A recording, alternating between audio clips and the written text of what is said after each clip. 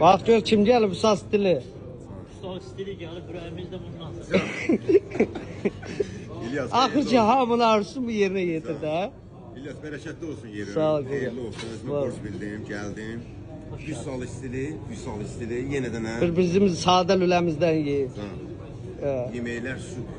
Allah İlyas, canı sağ olasın. bax belə. Hər biz də razı qaldıq. Zəhmətkeş qardaşım. Allah sənin ruzunu bərəkətli eləsin. Var, qardaş. var. Özümə borc bildim. Biraz gec gəldi. Bizə deyirlər ki, Azərbaycan bütün məşhurlar gəlib də bura. Niyə bu sas dili gəlmir? Bax bu günlərim gəlib. Allah xeyir versin.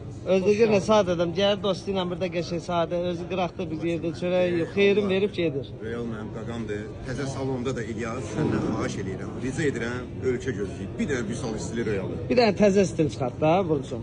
Təzə istil nə? Məsələn İlyas. Məsələn Royal stili, Royal stili nədir? dağlar stili, dağlar olur. da Real.